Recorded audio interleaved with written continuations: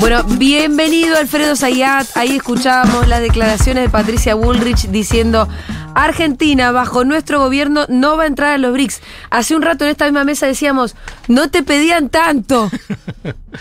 Porque de pedirte tanto no te hubiesen desembolsado los 7.500 millones el mismo día que entraste a los BRICS. No te piden tanto de la embajada, Pato, pará. No. Y me parece interesante, si querés, empezar por esta parte, porque también involucra a lo que es el establishment, parte del establishment, o sea, del poder económico. Porque donde lo dijo Patricia Bullrich fue en el Council of America, donde él organiza la Cámara Argentina de Comercio en Argentina. Y su presidente hizo su discurso inaugural, que iba a ser solamente 5 minutos, finalmente duró 20, y también se manifestó en contra de la entrada de los BRICS.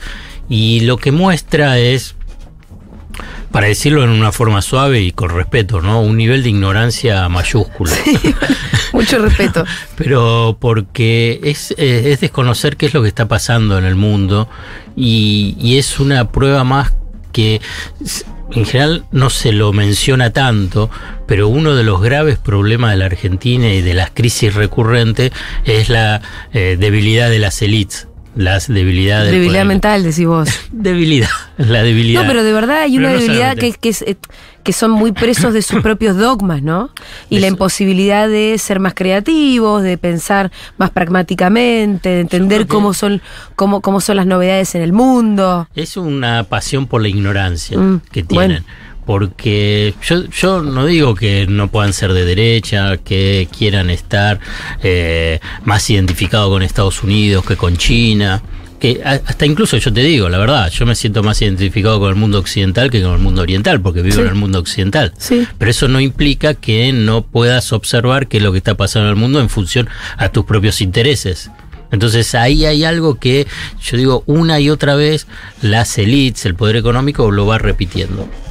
Y voy a ser un poquito aburrido, pero te voy a hacer simplemente una referencia histórica para tratar de entender cómo es que se repite este comportamiento del poder económico, y que es una de las razones centrales de por qué la Argentina no puede ingresar en un sendero de desarrollo y siempre entras en crisis. A comienzo del siglo pasado, la potencia, el imperio dominante era Gran Bretaña. Después de la Primera Guerra Mundial empieza a emerger como potencia importante Estados Unidos. Argentina, históricamente, hasta incluso puedo decir desde la salida de la Revolución, quedó muy vinculada al imperio de ese momento, que era Gran Bretaña, tanto por las cuestiones comerciales como por las cuestiones financieras. Las financieras era este famoso crédito de la Baring Brothers, que la tomó Rivadavia y se canceló después de 120 años. Y lo comercial es que la Argentina vendía materias primas, o sea, la materia prima de ese momento central era la carne, o sea, la ganadería, con el trigo, ¿no? Entonces esa era la relación de subordinación. Es como a vos te gusta mencionar, esa relación colonial. Argentina, bueno.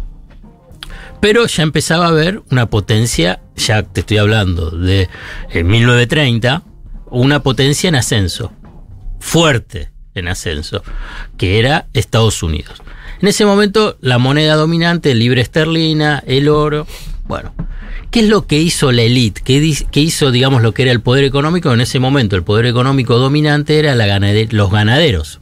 Precisamente porque el principal flujo comercial con la potencia, además de lo financiero. ¿Te acordás? Los británicos tenían los trenes, tenían el tema del gas, digamos, es como que estaban una suerte eran dueños de una parte del país. Claro.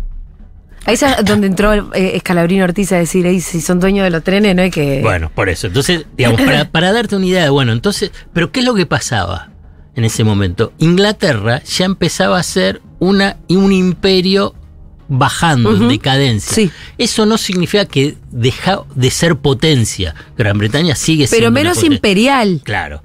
Pero había uno que estaba en ascenso.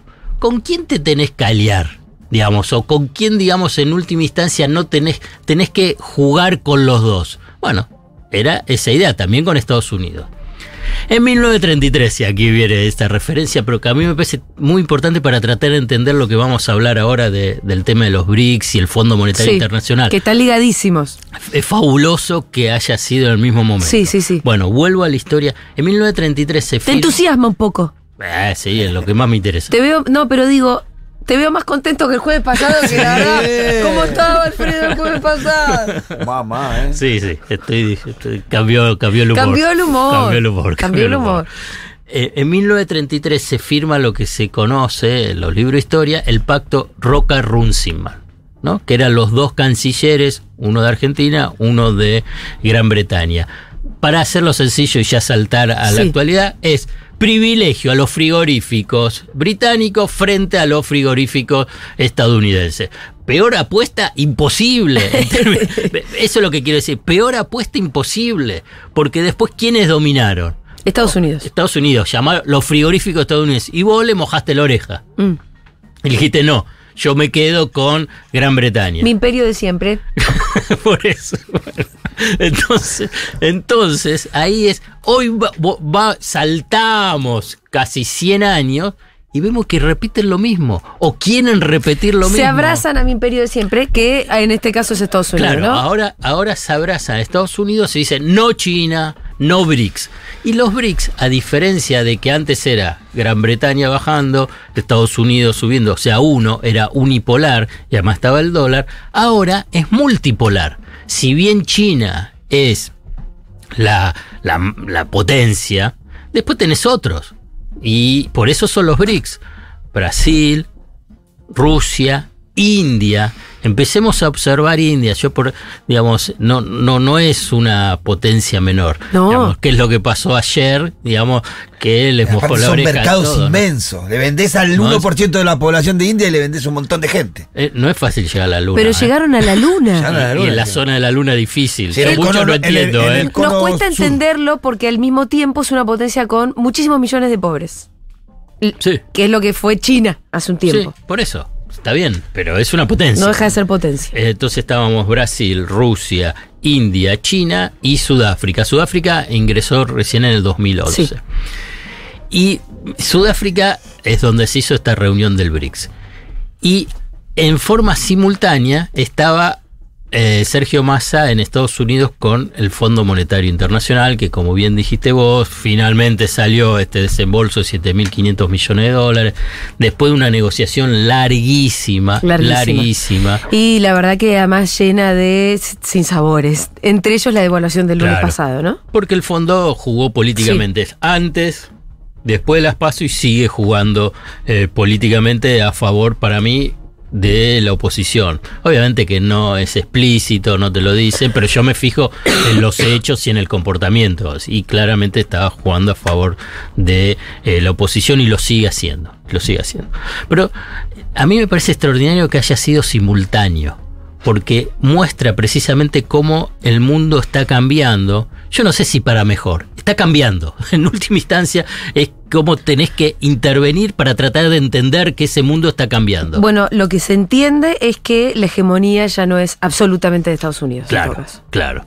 Entonces, y que tenés que jugar en ese tablero. Esta negociación del Fondo Monetario Internacional, digo, por ahí si es hasta un tono idealista, puede ser hasta la última de esta forma tan subordinada, tan humillante, porque la negociación con el fondo es humillante en términos, si querés, de soberanía hasta personal, hasta de comprensión de qué es lo que pasa en un país como la Argentina, y que te encontrás con esos tecnócratas que no entienden nada, porque son cuadrados y tienen su propia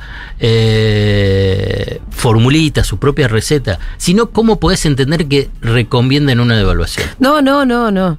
Digamos, porque entonces vos agarrás y decís, por ahí para Egipto, porque también se la propone, porque están negociando. Funcionó de otra manera. Puede funcionar. O si querés en Ucrania, o en su momento también ahora con Ecuador, por ahí funciona, digamos.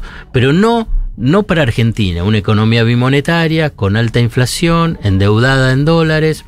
Con aspectos culturales también que no se consideran, pero que es que el dólar para el argentino promedio es su moneda de ahorro, es su sueño mojado. y que no tenés dólares para pagar esa deuda y que además, como frutilla del postre, lo tenés al Fondo Monetario Internacional como el principal acreedor individual. Como individual es el principal. Bueno, entonces ahí dice, bueno, ustedes tienen que devaluar. Bueno, la prueba, digamos, empírica, más contundente que no sirve para nada. Fue la devaluación del lunes. Pero ahí yo me imagino, ¿no? Porque Massa, viste que ayer mismo en la conferencia de prensa, en la nota la primera entrevista que dio el miércoles pasado, le echó la culpa de la devaluación al fondo en un 100%. Sí. Se lo dice en la cara también, por ¿no? esa exigencia, claro, por esa exigencia, me porque si no, imagino no te hace el desembolso. Habrá dicho, ¿le dije o no le dije? Sí, pero... ¿Vos viste lo que pasó? Sí, claro. Entonces ya córtenla con pedir una devaluación. Pero por eso digo, esta forma de negociación que no sirve y es profundamente perturbadora, sí, es perturbadora de la estabilidad política, económica y social. Sí. Entonces, vos agarrás y decís, bueno, tiene que haber. Hasta ahora no había la posibilidad de construir una nueva estructura financiera internacional que no sea la que nació en la Segunda Guerra Mundial a partir del acuerdo Bretton Woods, y donde el Fondo Monetario Internacional y el Banco Mundial pasaron a ser el eje central de esa arquitectura financiera internacional, que significaba ser el prestamista de última instancia, que como bien lo definió en su momento Pitu, era el tranza al barrio. Claro. Entonces, pero que te genera permanentes condicionamientos. Claro. Porque tanto los créditos del Banco Mundial como del Fondo Monetario Internacional es, sí, yo te doy plata, pero tenés que hacer esto, y te va condicionando. Vos cuando vas a un banco... Y el tranza te dice, te corto una pierna. Sí, y yo hoy recordaba que el estallido del 2001 era que era el peligro que corríamos hasta hace poco, porque ellos, el fondo tenía un acuerdo con la Argentina y se negó a desembolsar. Sí. Aunque la Argentina había hecho todo lo que le pidió en ese momento. Claro. Que ese era el miedo que teníamos en estos días. Que vos decías, Julia, mirá si a pesar de que hicimos todo, nos piden algo más. Yo tenía miedo que no desembolsen los 7.500 millones, porque ya o por ahí dicen, bueno, ahora quiero 5 más de evaluación, a ver qué pasa. Pero más a lo que mostró, en la habilidad, en la muñeca, como hizo el gesto Pitu, vinculado con... consiguió otras líneas de crédito, la de Qatar, la del Banco de Desarrollo Latinoamericano, el CAF, y lo de los yuanes de China, que bueno, ahora van a devolver eso, pero ¿qué es lo que muestra? Que ya deja de ser prestamista de última instancia, pero fundamentalmente, y ahora salto a los BRICS, está la posibilidad de construir otra estructura financiera internacional. Por ahí pueda convivir con la del Fondo Monetario Internacional, el Banco Mundial y la de Estados Unidos. Seguramente va a convivir, pero va a haber otra, que es esta, junto con que es los BRICS, tiene su Banco de Desarrollo, que van a dar financiamiento, primero para infraestructura, que no va a ser filantropía, es un crédito, te van a cobrar una tasa de interés, y lo que van a decir es, bueno, si nosotros te damos el crédito, veamos que haya proveedores de esas grandes potencias, o incluso decir negociar con en sus propias monedas. Claro. Entonces, todo eso también le conviene, digamos, a Brasil, a Rusia, a India, a China, a Sudáfrica, Argentina, en el caso que no nos vayamos. Entonces, pero esa nueva estructura financiera internacional lo que va a permitir es decir, bueno, vos vas a tener crédito dentro de cierta normalidad, sin necesidad de humillarte, sin necesidad de estar subordinado, sin necesidad de decir, bueno, tengo que pedirte por favor que me des los 7.500 millones de dólares. Y yo hago lo que vos digas, sí, voy a hacer una devaluación, ya sé que es pesi para y la hago. Exacto. Alfredo, ¿con qué argumentos Bullrich dice que se va de los BRICS? Bueno, porque hay una línea en la derecha argentina que la expresó el titular de la Cámara Argentina de Comercio, Greenmans, de apellido, pero bueno, ahora se me fue, que hace poquitos meses, cuando presentó Carlos Melconian también su plan económico, su proyecto económico, y lo vas a escuchar varias veces, es que Argentina tiene que pertenecer a Occidente. La palabra Occidente en realidad encubre Estados Unidos. Claro, que es Estados Unidos y que no tenés que estar aliado a China y te dicen, bueno, nosotros tenemos que comerciar con todo el mundo, solamente el comercio. No participar de, por ejemplo, los BRICS. Pero los BRICS no son otra cosa que en definitiva una especie de, que ni siquiera es es una especie de acuerdo comercial. No llega a ser un Mercosur, entiendo yo. No es un Mercosur. Para nada. No, o sea, es más liviano todavía que el compromiso que vos tenés en el Mercosur. Sí, totalmente. Pero entonces, ¿qué otra cosa es? Pero bueno, es la posibilidad de las alianzas que se den en lo que Lula mencionó. Menos mal que volvió Lula. Digamos, a veces uno lo ve a Lula y decís, está con el centro, con el centro pero no es lo derecha. mismo. Digamos, lo de Lula para la región y para Argentina ha sido fabuloso. Por eso es una de las cartas más fuertes dentro del BRICS para que Argentina haya sido aceptada, porque ahora te voy a mencionar una interna, que es lo que pasó dentro del BRICS. Sí. Entonces, la de Sudáfrica. Claro, la de Sudáfrica. Entonces, ahí es donde... vos decís, bueno, es la del sur global. Existe el norte global, ¿qué sería? Estados Unidos con Europa, ¿no? Es ese, ¿no? Entonces vos decís, bueno, el sur global, que donde entonces empezás a ver tus propios intereses y no estar tan subordinado. Bueno, la interna del BRICS, que la pudo destrabar, según lo que tengo entendido, o en Lula, y obviamente que ahí con el apoyo tiene que ser de China y Rusia, India estaba en el medio. Es muy interesante porque y Sudáfrica resistiendo el ingreso de otros países. Es muy interesante porque esa interna muestra precisamente cómo es la disputa entre Estados Unidos y estas potencias emergentes, o sea, China. Sudáfrica, por influencia de Estados Unidos, dice que no entre nadie, que no entre más nadie. No, sigamos evaluando, poner las condiciones. India estaba en el medio también por lo que es su pasado colonial, porque sigue teniendo esa relación con Gran Bretaña. Gran Bretaña y Estados Unidos operaron en contra de esta mayor... La entrada masiva de varios países. Porque pasa a ser el BRICS una competencia fuerte dentro de esa arquitectura financiera internacional. Porque vos fíjate que ayer, un día antes, Biden, el presidente de Estados Unidos, salió a decir hay que reformar el Banco Mundial y el Fondo Monetario Internacional para darle una capacidad de préstamo por $200.000 millones. Recordemos que el Fondo Monetario Internacional tiene un dueño, que es Estados Unidos, y el Banco Mundial también es Estados Unidos. Entonces Biden tira esa como para darle más poder de vuelta al FMI, y porque tiene que competir ahora con estos otros polos de poder. Exactamente. Y es fabuloso, no nos presten más. Porque es fabuloso esto. Y ahora cuanto más te pueden prestar, más de los huevos te agarran también, ¿no? Claro, sí, pero es como que están viendo. No te digo que son manotazos ahogados, pero son esa forma de decir, pará, acá me están pegando, y yo tengo que reaccionar, Entonces, Sergio eso antes no era. Venía repitiendo muchas veces usar la geopolítica a favor. Creo que un poco eso, ¿no?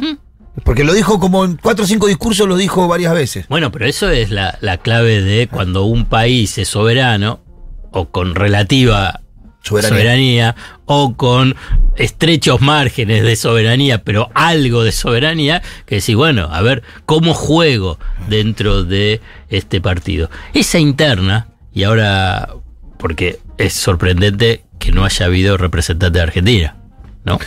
¿Por qué no fue Alberto? ¿Me lo explicás? Yo lo dije. Porque nadie, ni el canciller fue. No, porque si iba, arruinaba todo. No. No entrábamos a los BRICS. No. Pregunto. Bueno, por lo que tengo entendido es que... pero es que está muy mal. No, ¿viste? Por lo que tengo entendido es que no quería ir porque hasta el último momento, es que no iba a entrar. Para mí, bueno, ahí son evaluaciones que yo lo puedo hacer de la tribuna. La verdad, él pensaba que no iba a entrar, por eso no fue. No, claro. Pero está totalmente afuera de los temas. Tenés que ir. Y es que lo destrabó, lo destrabó. ¿Pero Lula quién lo al destrabó? Final. Y Lula al final. Pero no le puede pegar un telefonazo a Lula y decirle, Alberto, vení que está todo bien. No, pero ese es el último día, vos tenés que ir antes. Digamos, ahí es una cuestión de decir, me dicen que ahora fue a Brasil a buscar guita y volvió sin guita. Nos van a decir, entra el BRICS y no va porque piensa que no va a entrar. Pero si no entrabas, quedaba como un boludo, pero ya está, si ya le pasó un montón de veces. Bueno, entonces vos haces la evaluación, vos haces esa evaluación a nivel de gobierno, decís, che, acá nos están diciendo que en esta reunión hay resistencia. Y bueno, entonces no vamos porque nosotros estamos haciendo el lobby todo para que entrar, entonces vamos a ir y que vamos a volver con, entre comillas, una derrota. Sí. Bueno, no vamos. Esto es, yo te lo estoy describiendo, digamos, de afuera. Después del resultado ex post y claro, tenías que haber ido, la verdad tenías que haber ido, pero bueno, son riesgos y tomó el riesgo de no ir. Por eso da esa... Igual a mí la cadena 8 de la mañana, si vos preguntás, hubiese sido un poquito más tarde, pero bueno. Se me hace como un poco desconectado de las cosas que iban a pasar, porque era tan difícil de... pero estaba... ¿saberlo? Y sí, porque estaba que no entraba. Por eso Sudáfrica estaba muy dura, dijeron, para que no... pero porque vos necesitas unanimidad. Claro.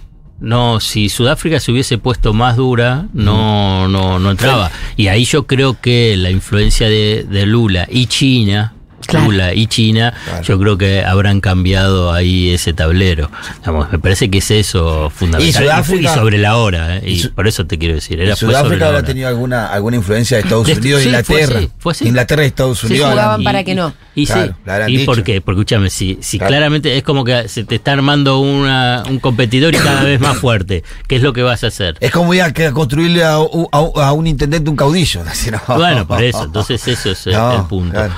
A mí me parece fabuloso que haya sido, vuelvo a repetir, de forma simultánea, el mismo día, porque quien quiera verlo, es precisamente esto también lo que dijo el Pitu, es como que Argentina tiene que jugar geopolíticamente. Entonces acá viene lo que dijo Patricia Bullrich. Nuestro gobierno, si es Patricia Bullrich, no va a estar en los BRICS. Me imagino que Milei por ahí no lo va a decir abiertamente, o aunque no sé, Milei por ahí. Ya dijo que con China y con Brasil no. Recién escuchamos, perdón, un fragmentito de Massa de ayer, desde Washington, diciendo Milei está jugando mejor más para la Argentina que Bullrich. Y cuando fue los economistas, cuando hablaron con el Fondo Monetario Internacional, Milei le dijo, sí, denle esos 7.500 millones de dólares porque va a estar mejor, más estable y eso. Sí, y no heredó un caos. Claro, y la Espina dijo, no se lo den. Que explote todo, que paguen el costo. Claro, exacto. Tremendo. Exacto. Así, que paguen el costo. Así. Entonces, la ventana de oportunidad que se le abre a la Argentina para tratar de salir del cepo, viste que les gusta mucho hablar, del cepo del FMI, porque hay que, si ya que dice tanto cepo, el cepo del FMI es esta ventana de oportunidad, no te digo que va a ser seguro, la ventana de oportunidad de esta nueva estructura financiera internacional con los BRICS y el Banco Nacional de Desarrollo de los BRICS. Se abre esa oportunidad. ¿Qué significa que se abre esa oportunidad? Que hay que ver quién puede aprovechar esa oportunidad o desperdiciar esa oportunidad. Claramente con Bullrich, Milei es una incógnita, pero con Bullrich y sectores importantes del poder económico, Argentina perdería una nueva oportunidad histórica. Porque no es después que no te vuelven a dejar entrar. Y pasará 100 años. Sí. Hasta que, ¿cómo fue esto? Gran Bretaña, fue imperio, Estados Unidos, 100 años, y entonces después empieza a haber un nuevo ordenamiento. Claro. Que ahora, entonces, ese es un nudo central para entender, digamos, ¿por qué la Argentina no se desarrolla? Porque tenés un nivel de dirigencia o de elites, para poner de las elites argentinas, que tienen una pasión por la ignorancia, además de sus intereses. Uno puede tener intereses, vocación, identificación, y tienen sus representantes políticos que, bueno, ya ahí Bullrich demostró que no entiende. Además que no entiende nada. No entiende de cuestiones económicas, no entiende de cuestiones geopolíticas, repite y repite mal. Esa es la diferencia que tengo y que me ha insultado en más de una oportunidad. Milei algo más entiende. Entiende más que Bullrich. Que tiene más que Bullrich. Igual que me parece que a veces... ¿Te insultó Milei? Sí. ¿Y cuándo te insultó? Contá. En el 2018, en un programa de Mauro Viale. ¿Te lo cruzaste? No, a mí no, lo dijo, porque Mauro Viale estaba haciendo un informe que ni me acuerdo de qué, con Cavallo. Y me habrán tomado algún audio mío o alguna participación mía de televisión donde decía todo lo que decía de Cavallo. Y Milei admira a Cavallo. Y entonces empezó a decirme barbaridades. Y lo interesante es que Cavallo, al Ahí está. asumir ese desafío, si las cosas salían bien, todos los premios se lo iba a llevar de la Rúa. Y si salía mal, todos los ¿Es costos esto? los iba a pagar él. Y como un patriota, Salió mal. fue y se metió. Y después fue estigmatizado de todos, por ejemplo, por pelotudos como ese Zayat, que además es un ignorante. ¿Sí?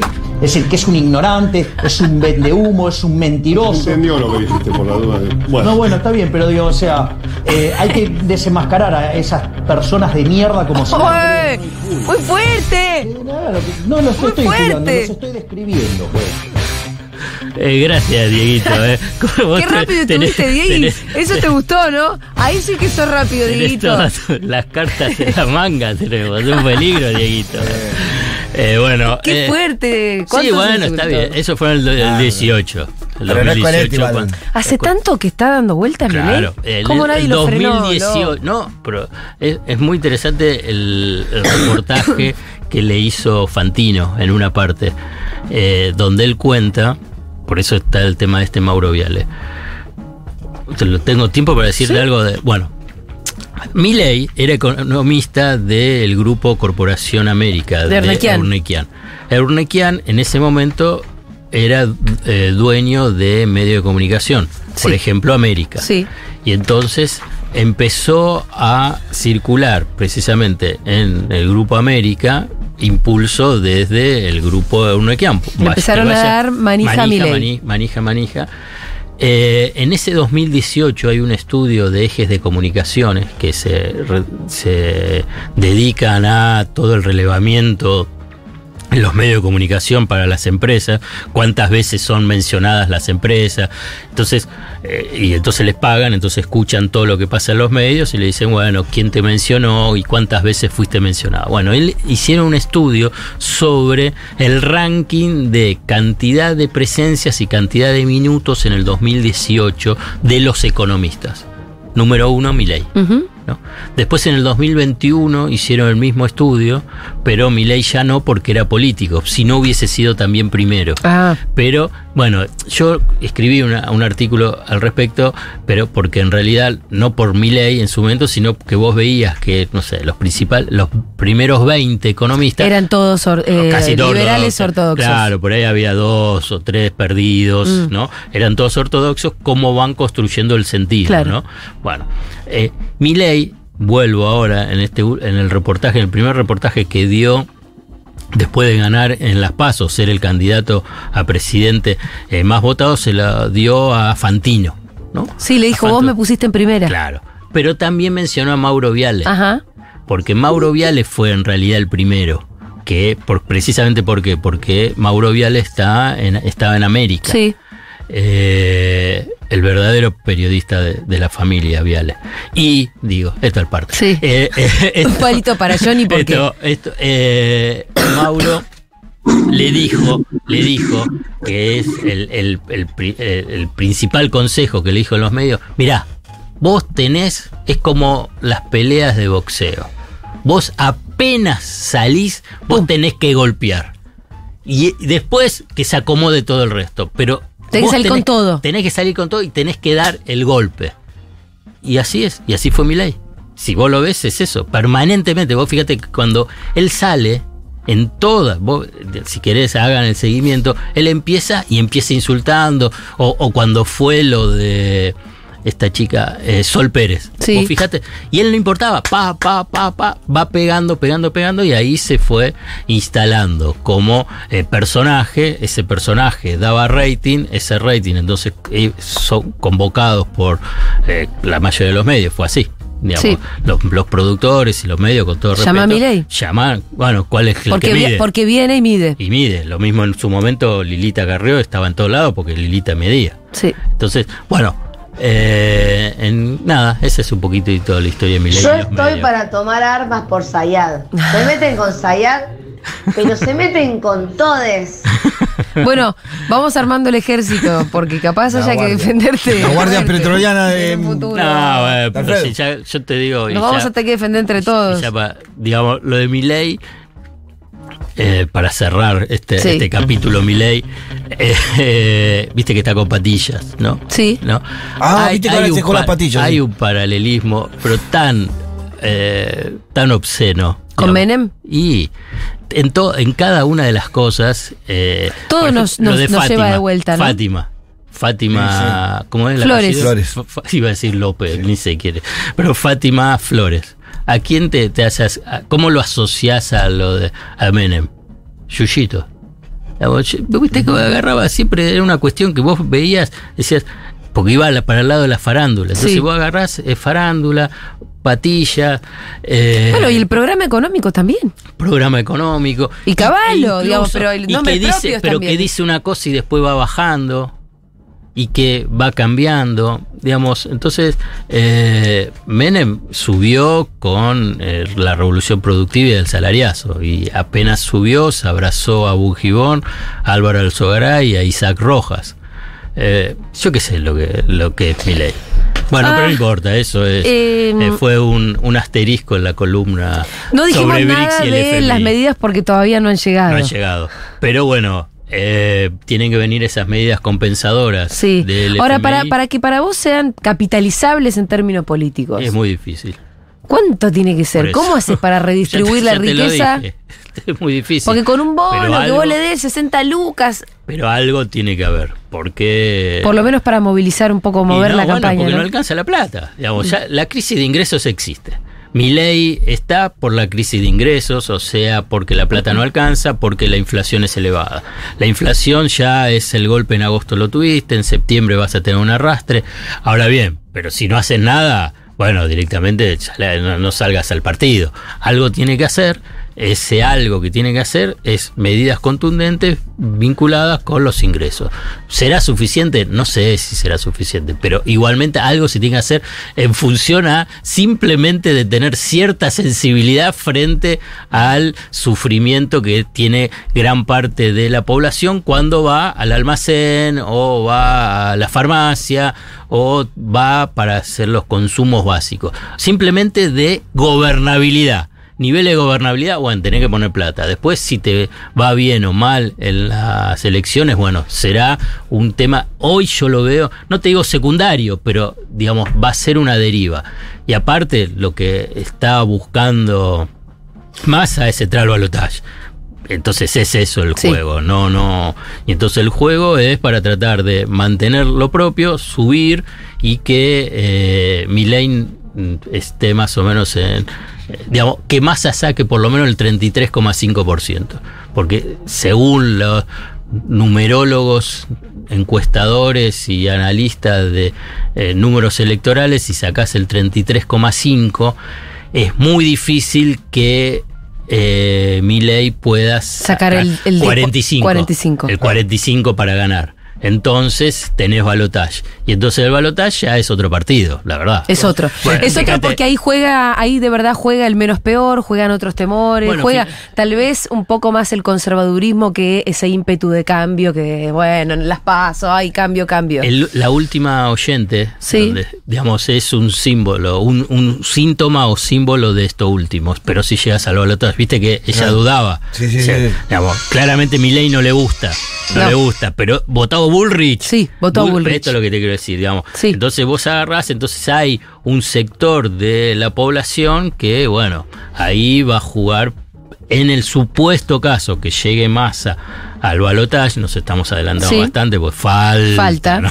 Falta hasta llegar al 22 de octubre, ¿no? 23. Sí, pero esa Pero señora bueno. también tenía la sensación de que Massa se estaba poniendo al hombro mucho el país Y bueno, por eso. y era una señora que había votado a Bullrich. La verdad que te digo que a mí me dejó contentita también. Por eso, entonces ahí es. Entonces es como, es una cuestión etapista. Digamos, la estrategia de Massa es etapista. Entonces, es decir, tiene que tomar estas medidas. ¿Serán suficientes? ¿Suficientes para qué? Para transformar esa estructura desigual en la distribución del ingreso y de la No. no. Pero imprescindibles para aliviar el momento que Sí. se está viviendo en amplias franjas de la sociedad. Alfredo Zayat, muchísimas gracias. Nos vemos el jueves que Nos viene. vemos. ¿A quién votaste? a Patricia Bullrich. Ajá, bueno. ¿Y la vas a volver a votar? No sé. Ajá, Estoy ¿de qué en una depende? duda. Te digo que no sé. ¿Cuál es la duda? A ver, la duda es que Lo pensemos juntos. pensámoslo juntos. Le podemos romper el culo. Como yo quiero que, no me importa el partido que esté adelante, quiero que el país salga Exacto. adelante, la realidad es que no tenemos muchas opciones. Estoy de acuerdo. El cambio me asusta. Y sí, Porque es asústese. como que mi ley es de El cambio ya no Sí, es sí, que se Bullrich. asuste. No, el cambio sería, para mí, Por más que se llama Juntos por el Cambio. no, está bien, pero no. A ver, mi ley me parece muy ultraderecha, demasiado. Sí. Massa me parece como muy panqueque en muchas No cosas. importa, señora, Pero si lo cambiando perdonamos eso. A ver. Pará, Si lo tiene perdonamos cintura nosotros. económica, cintura política. Pero déjame que te lleve a una segunda pelota. Yo te banco si querés votar a Bullrich ahora en las generales, pero imaginemos que hay balotaje entre Massa y Milei. Qué problema, porque yo creo que va a haber balotaje entre ellos. Yo también. Dios, la Es escucho. un problema. Y la verdad que te voy a decir, estoy evaluando, todo está muy mal. Pero La verdad que Massa se la sigue poniendo al hombro. podría estar mucho peor. Sí, señora, sí. Podría ser mucho peor. Ese es el razonamiento. Sí, ninguna duda, nosotros siempre podemos estar mucho peor. Coincido. Entonces, Déjamelo pensar. Tengo que ver cómo se dan estos 2 meses y cómo labura Massa Ahí tenés y Massa. cómo labura Hay que Milei mandarle y este corte a Bullrich. Massa. Lo mandamos, muchísimas Pitu. gracias.